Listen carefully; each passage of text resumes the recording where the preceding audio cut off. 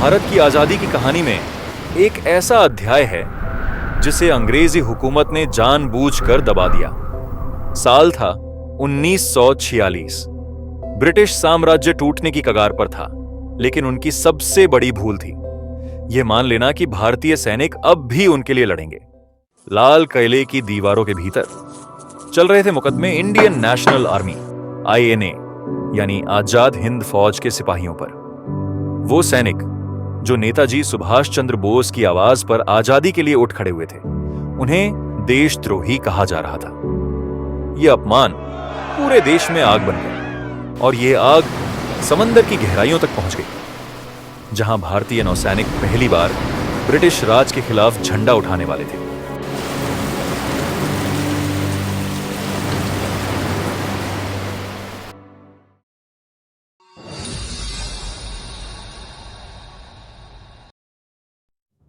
नेताजी सुभाष चंद्र बोस और उनकी Indian national army INA सिर्फ एक सेना नहीं थे, वे थे क्रांति की आत्मा।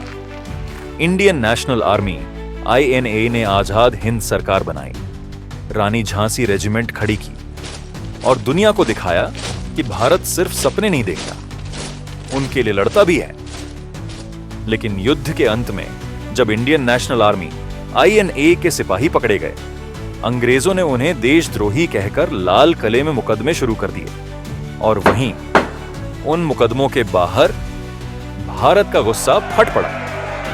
यही गुस्सा, यही आग नौसेना तक पहुंच गई थी। जवानों ने सोचा, अगर INA आजादी के लिए लड़ सकती है तो हम क्यों नहीं।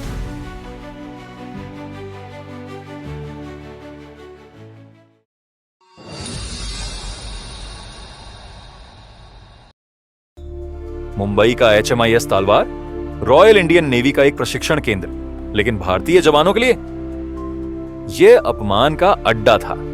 सड़े हुए खाने की थालियां, नस्ल भेदी अफसरों की गालियां और ऊपर से INA के प्रति अंग्रेजों का अपमान। 16 फरवरी 1946 को जवानों का सब्र टूट गया। उन्होंने कहा, हम यह खाना नहीं खाएंगे, हम यह अपमान नहीं सहेंगे।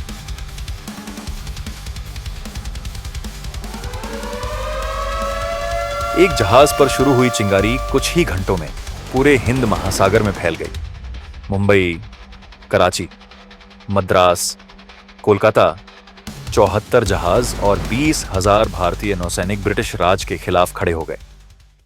तालवार पर यूनियन जैक नीचे उतारा गया और तिरंगा चढ़ा दिया गया।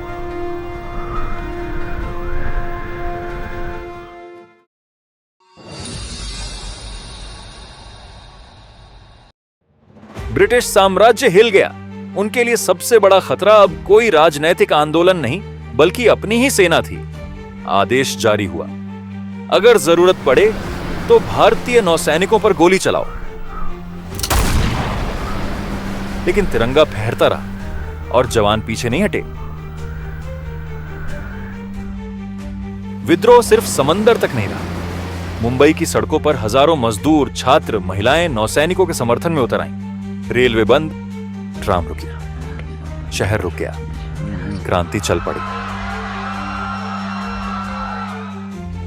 मुंबई डॉकयार्ड पर ब्रिटिश टैंक और तोपें खड़ी कर दी गईं। दूसरी तरफ जवान तिरंगा उठाए अपने जहाजों पर तैयार थे। यह क्षण भारत की अंतिम लड़ाई जैसा था।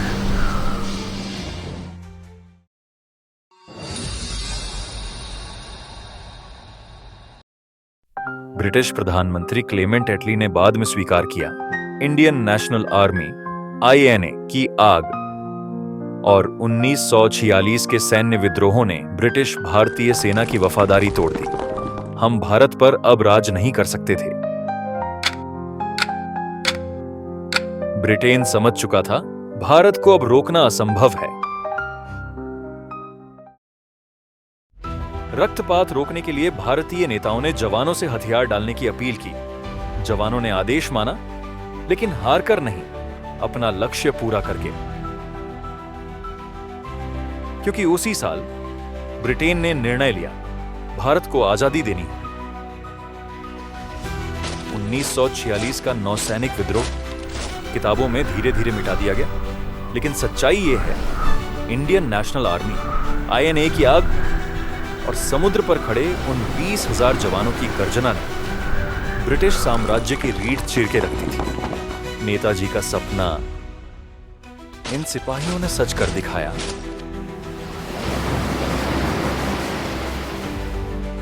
आप देख रहे थे द फॉरगॉटन पास्ट। मिलते हैं अगले रहस्य में।